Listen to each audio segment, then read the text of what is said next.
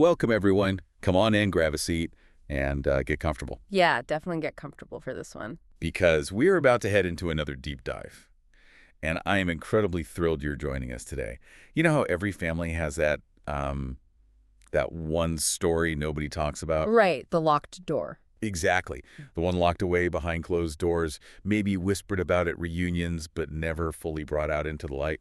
Well, today, you and I are opening that door. We are entirely kicking it off the hinges, to be honest. We really are. Because the collection of materials we have for this deep dive it's nothing short of a genealogical goldmine. We are looking at a deeply personal family history, tracing a single life that spans almost the entire 20th century. Right, from 1913 all the way to 1991. Yeah. And the sources we are using to piece this together are just fascinating. We aren't just looking at a dry list of dates here. We have a chronological, biographical narrative that frankly feels like a novel. It really reads like one. And exhaustive descendancy records mapping out this massive family tree. And capping it all off, we have a deeply moving prologue written by a son about his mother. Yeah. Our mission today is to sift through all of this and really understand the life of Constance May Hughes. Everyone called her Connie. Connie. And Connie's story is a masterclass in how complex human lives actually are when you strip away the polite fictions we tell ourselves. We're going to explore the stark contrast between the stories we inherit, those carefully curated narratives meant to protect us, and the cold, objective records of history. We are looking at police reports, eviction notices, and modern, cutting-edge DNA evidence. Which changes everything. Completely. When you put all of that together, you watch how absolute facts frequently clash with the survival mechanisms of a family. It's a story about wartime desperation, the heavy weight of secrets, and a mother's relentless, unyielding will to survive when the entire world has turned its back on her. So where do we actually begin with a life this massive? I feel like to really understand who Connie became, we have to look at the world that shaped her before everything went wrong. We absolutely do. We have to start in the rural village of Ulrome in Yorkshire. Okay. It's 1913. Her parents, Ethel and Harry Hughes, welcome her into the world on September 25th. If you picture rural England right on the brink of the First World War, you're picturing a place where your entire universe is, well, maybe a few miles wide. Very insulated. Very. It is a tight-knit agricultural community where everyone knows your business, but they also have your back. And the records we have paint this incredibly vivid, almost idyllic picture of her childhood. It feels like something out of a classic English novel. There's a specific day detailed in the family history that really captures this Empire Day. May 24, 1925. Right. Connie is 11 years old. And to understand the weight of Empire Day in 1925, you have to remember the historical context. The trauma of the First World War is still very fresh in the minds of the adults. Right. It hadn't been that long. Not at all. So there's this massive cultural push to instill unity, patriotism, and a sense of unshakable stability in the next generation. This wasn't just some casual school assembly. The entire village shut down to participate. You can picture the scene perfectly.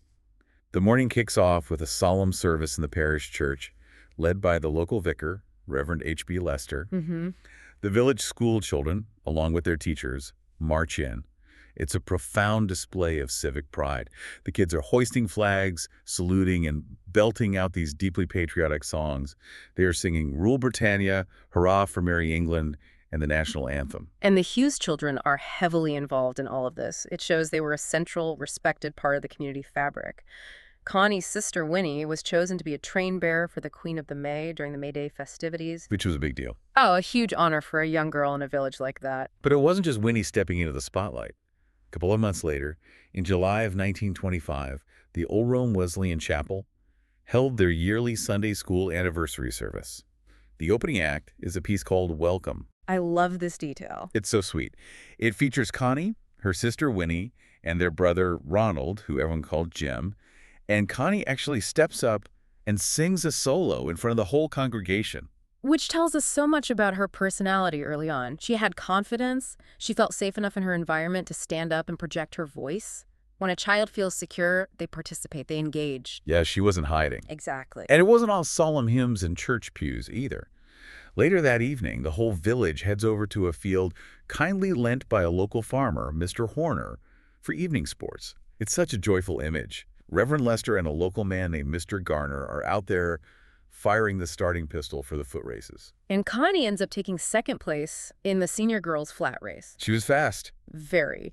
And her brother Jim gets second in his race, but entirely dominates and wins the sack race. Which is just, it's such a perfect slice of life. At the end of the day, every kid gets a present. They give 3 hearty cheers and head home. It serves as this beautiful baseline of innocence. This is a community where your place in the world is defined by the church you attend and the fields you play in. It's predictable, it's safe, it's the kind of childhood that builds a foundation you think will last forever. Right. But, of course, history has a way of tearing up those foundations. Here's where it gets really interesting, because we are moving from those innocent village days to her first major life milestone. Let's jump ahead 10 years. Okay.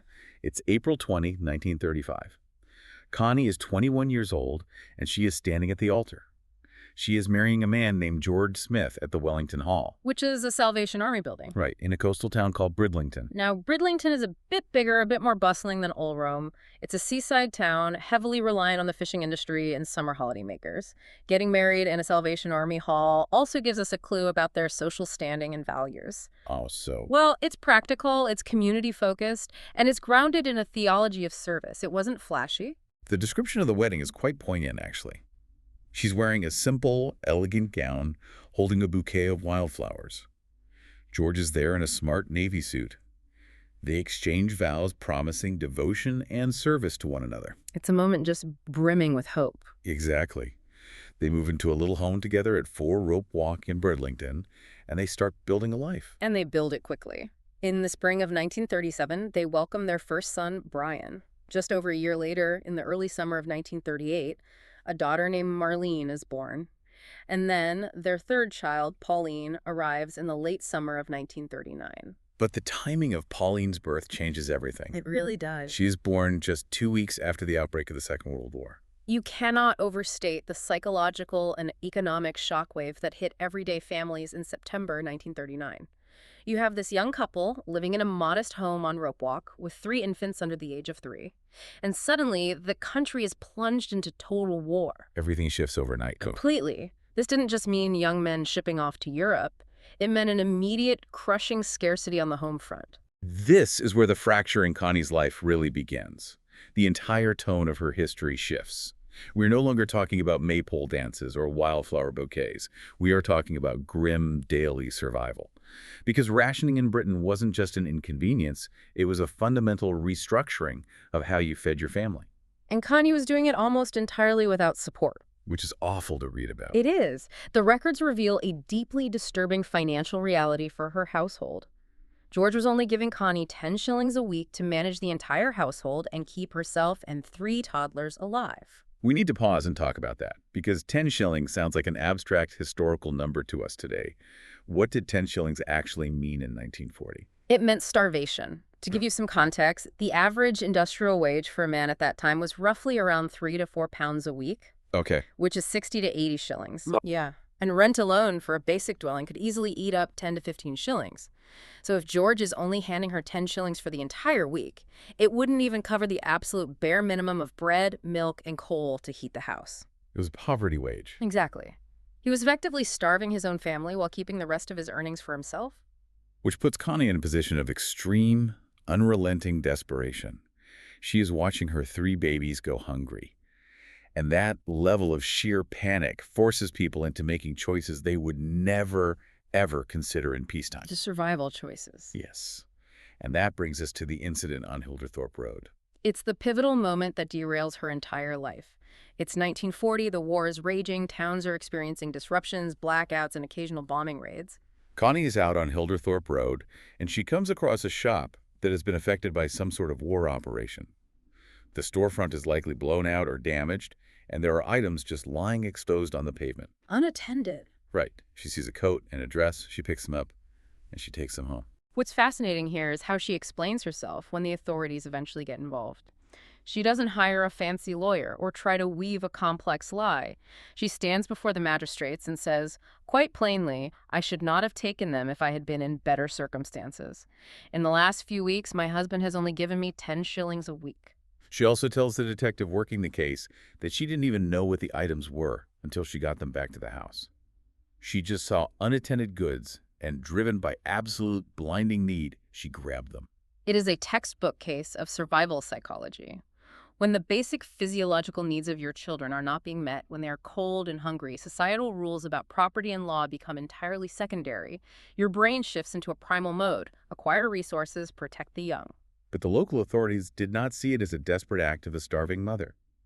The small town of Bridlington, which had always been a haven of familiarity for her, suddenly closed in. They turned on her. But the absolute most shocking part of this entire courtroom drama isn't the town's reaction. It's how she got caught in the first place. You might assume a police officer on patrol spotted her, or maybe the shop owner tracked the inventory. No. No, it was her own husband. George is the one who reported Connie to the police. And we have to really examine George's motives here because they are incredibly dark. He didn't turn his wife in out of some strict moral compass or profound sense of civic duty. He did it to clear a path. Right. George had started a relationship with another woman, a married woman named Gertrude. So George saw his wife's moment of desperate weakness, not as a cry for help, but as a convenient trapdoor to drop her through. He interrogates her about where she got the clothes, confirms they were taken from the damage shop, and then literally hands her over to the authorities so he can run off with his mistress. It's sickening. My stomach just drops thinking about the sheer betrayal of that. You are stealing a coat to keep your kids warm, and your husband uses it as a weapon to destroy you. It is calculated and cruel, and it works perfectly. Connie finds herself standing in a dimly lit courtroom facing a magistrate named Captain T.L. Wickham Boynton. Now, picture this dynamic.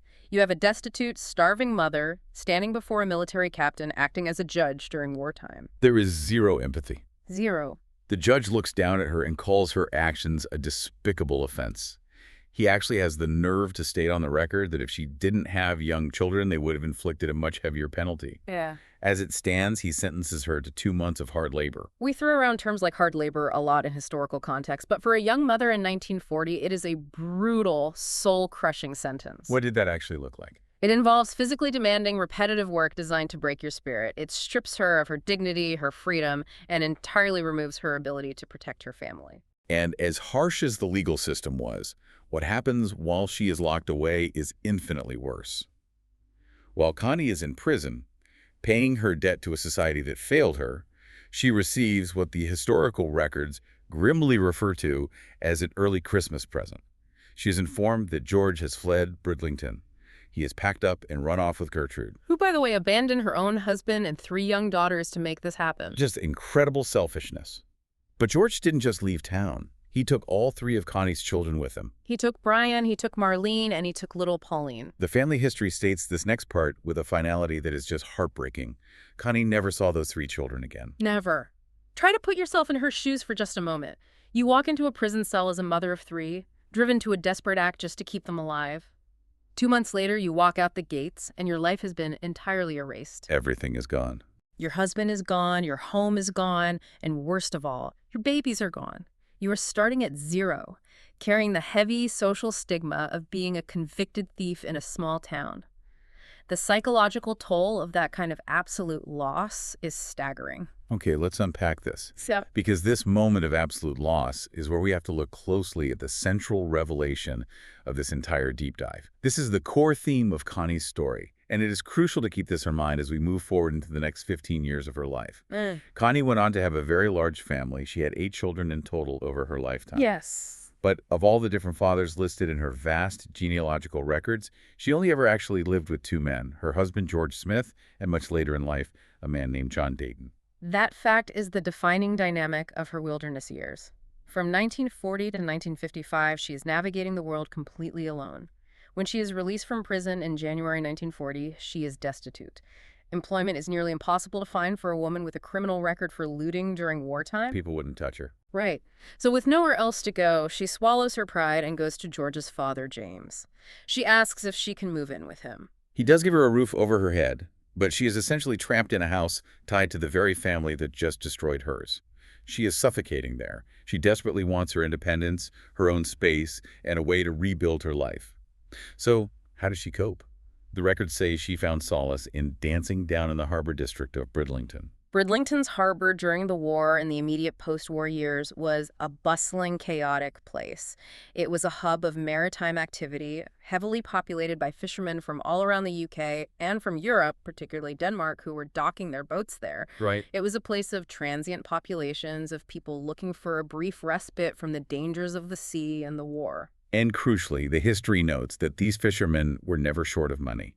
We have to approach this period of her life with a tremendous amount of empathy and an understanding of the historical reality for women in her position. The records gently state that she learned that for various favors, she could earn money. This was how she funded her escape from her ex-father-in-law's house. It was a survival economy. She used these interactions to scrape together enough cash to rent her own flat and finally gain her independence. She was utilizing the only agency she had left in a society that had thrown her away. Exactly. It's transactional, born of absolute necessity. And this period leads to one of the most fascinating classes between the official paper trail of history and the absolute truth uncovered by modern science. Yes, let's look at the documents versus the DNA. Between 1941 and 1951, Connie gives birth to 4 boys. Maurice is born in July 1941. Then comes Alan in 1943, Malcolm in 1946, and Paul in 1951. Now, if a historian were just looking at the official paperwork, the birth certificates filed in the local registry office, they would see that Connie listed her ex-husband George as the father for all 4 of these boys. Which is a remarkable piece of fiction. It is. But you have to understand the immense, crushing social stigma surrounding illegitimacy in the 1940s. Having a child out of wedlock wasn't just frowned upon. It could ruin a child's entire life. Yeah, they called it being illegitimate, which carries such a heavy burden. It limited their educational prospects, their employment opportunities, and their social standing. They were legally and socially branded. So by listing George on those certificates, she was wrapping her children in a protective shield of respectability. She was lying to the government to protect her boys from the judgment of their neighbors, even though she was raising them entirely on her own, without a dime from George. But the DNA evidence we have today breaks that shield wide open. The genealogical records, cross-referenced with modern DNA testing from her descendants, reveal a completely different reality. None of these 4 boys have the same father. It's incredible to see the truth back out. Maurice's biological father was a man named Sidney Broadbent. Alan's father was a man named John Worgan. Malcolm's father remains a mystery, listed simply as unknown in the genetic links. And Paul's father was a Danish fisherman named Henning Peter Nielsen Nordman, who went by the name Per. This completely recontextualizes the focus we discussed earlier. She had these 4 boys with 4 different men, none of whom she ever lived with. She was operating entirely as a single mother in an era where the system was actively hostile to single mothers. Unbelievably hostile. The DNA doesn't just reveal paternity, it paints a vivid picture of the transient, unstable nature of her life in the Harbor District. These were likely fleeting relationships, brief intersections of lonely lives during a highly chaotic wartime and post-war period. And that instability wasn't just in her relationships. It was reflected in every aspect of her life, especially housing. From 1940 to 1947, she's constantly on the move. She is bouncing between tiny flats on Quay Road, Palace Avenue, and St. Hilda Street. Always packing up. In January 1942, she is at 56 Quay Road with baby Maurice, and then Alan is born a year later. She is fighting tooth and nail to build a nest for these boys, but she keeps getting uprooted. The housing crisis in Britain immediately following World War II was catastrophic. Millions of homes had been destroyed or damaged by bombing, and returning soldiers were starting families. So there was just nothing available. The competition for basic shelter was fierce, and as a single mother with a questionable reputation, Connie was at the absolute bottom of the priority list. We see just how vulnerable she was in the events of 1946 and 1947. In November of 1946, she finally finds what looks like a breakthrough. She secures a furnished bungalow in Sewerby, a small village on the outskirts of Bridlington. She rents it from a Mrs. Lily Richardson for £1 a week. £1. It must have felt like she could finally take a breath. She has a little house for her 3 boys. But less than 6 months later, it all falls apart. Mrs. Richardson decides she wants to capitalize on the upcoming summer season. She wants the bungalow back so she can let it out to holidaymakers for a much higher profit. She tells Connie she has to be out before April. But Connie refuses to leave. She has 3 little boys, she has nowhere else to go, and she decides to fight it. The dispute ends up in the Bridlington County Court on March 11, 1947. Connie stands before Judge Kingsley Griffiths. She's back in court. Right, and she pleads her case. She tells him she has applied to the local housing authority, the corporation house agent, but they have absolutely nothing available. She begs the judge, telling him she cannot be turned out onto the street with 3 small children. And this is where the cold, unfeeling machinery of the law crushes her once again. The judge looks at the lease and notes a specific legal loophole. Because the bungalow was rented to her furnished, she falls outside the protections of the Rent Restrictions Act. Which is just, wow. That act was designed to prevent landlords from arbitrarily evicting tenants during the housing crisis, but it only applied to unfurnished lettings. It's a brutal irony. The government has a law to protect vulnerable renters, but a technicality about the furniture leaves her entirely exposed. The judge effectively tells her that her desperation is not a legal defense. The fact that she has nowhere to go does not entitle her to occupy someone else's property. He grants the landlord the order for possession, and Connie is legally forced out by March 31st. So what does a mother do when the law kicks her to the curb? She pivots. She takes matters into her own hands and moves herself and the boys into an abandoned RAF camp in Carnaby. The phenomenon of the post-war squatter camps is a fascinating and often overlooked piece of British history. Across the country, thousands of desperate families simply took over abandoned military bases.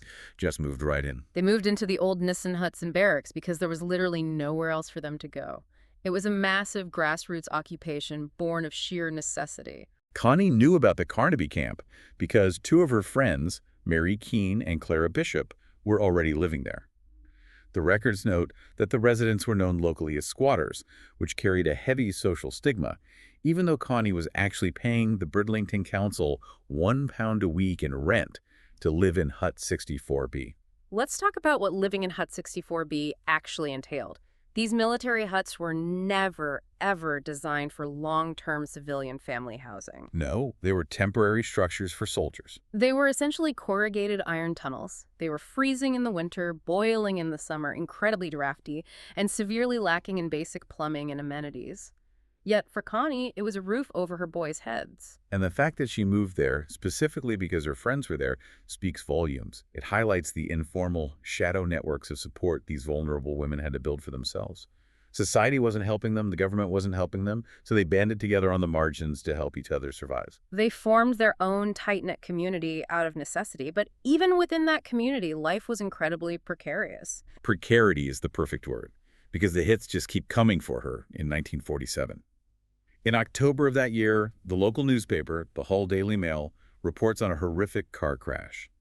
It's the night of Saturday, October 25th. Connie is riding in a taxi on Kingsgate, the main road between Hull and Bridlington. The details of the crash are terrifying. The taxi is involved in an almost head-on collision with a private car.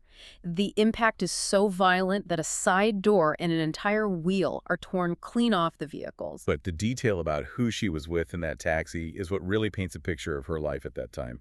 She was with a neighbor, a Mrs. Hart, and 2 Danish fishermen, both coincidentally named Sorensen, who had just arrived in Bridlington that very Saturday on a Danish fishing boat called the Mary. It perfectly illustrates the chaotic, dangerous world she was navigating. She is out late on a Saturday night socializing or perhaps working with foreign fishermen who have just made port, and she very nearly loses her life in the process. She survives the crash, thankfully, but it underscores the constant physical and emotional tightrope she was walking during these years.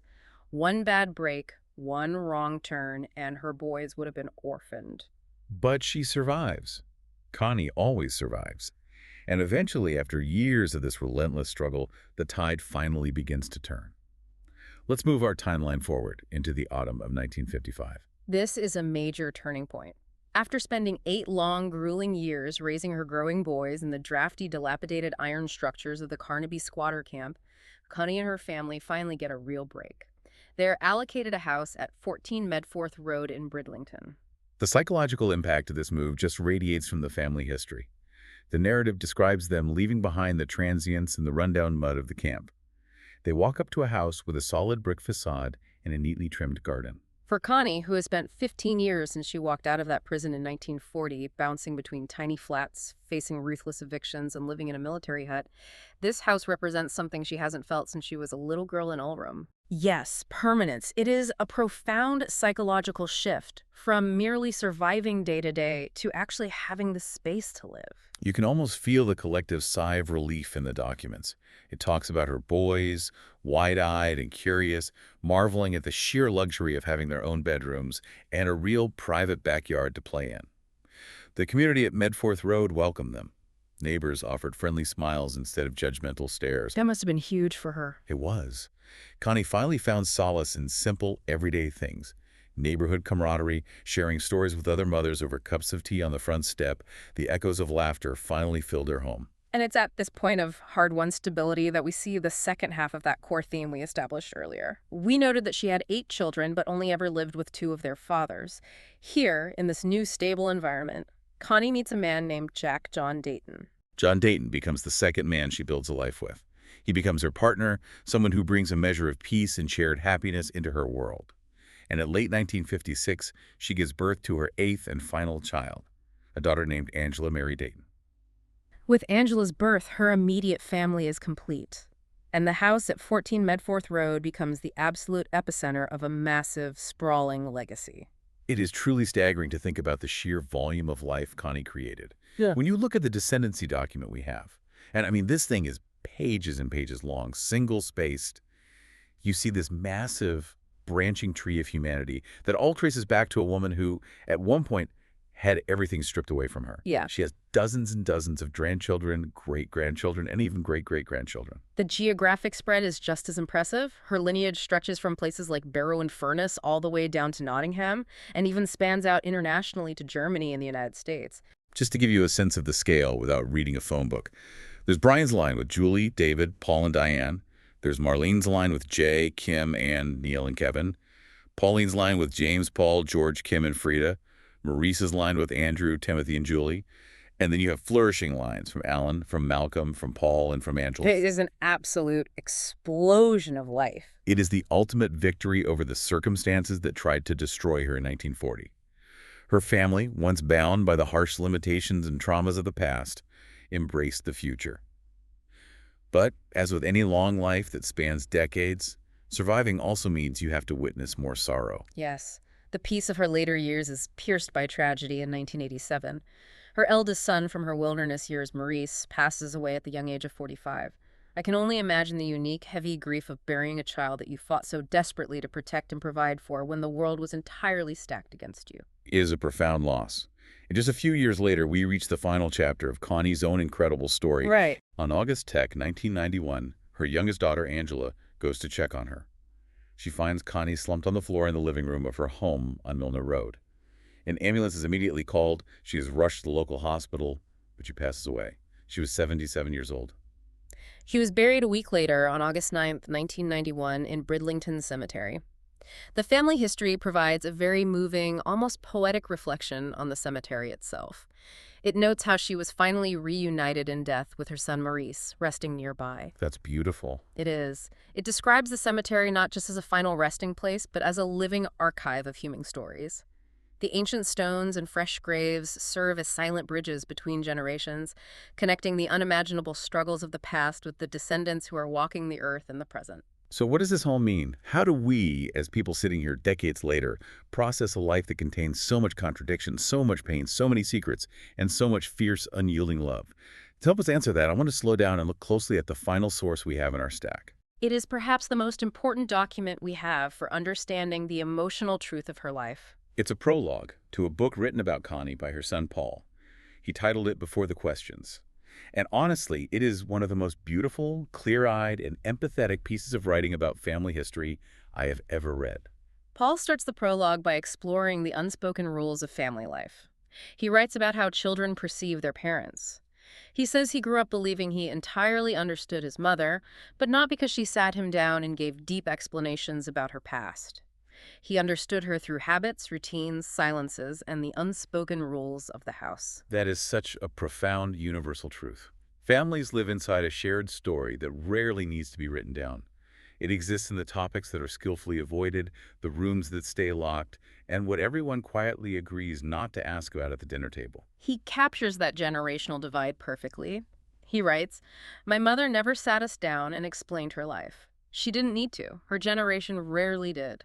You learned who she was by watching how she coped, how she worried, how she carried on. He talks about the small cracks in the facade, where a child's curiosity might have slipped through, a random name mentioned once by an aunt, or a date on a document that didn't quite line up with the story he was told. But he points out how in a busy, chaotic family, those questions just get postponed. You tell yourself you'll ask later. And then suddenly, later arrives, the person is gone, and you realize how much you never thought to ask. If we connect this to the bigger picture, Paul is articulating exactly what happens in the modern era when genealogy and DNA testing violently collide with those carefully protected family silences. When the genetic discoveries came, when the family realized the truth about the 4 different fathers in the harbor, about the timeline, about the fictions on the birth certificates, it could have been a moment of anger or betrayal. But it wasn't.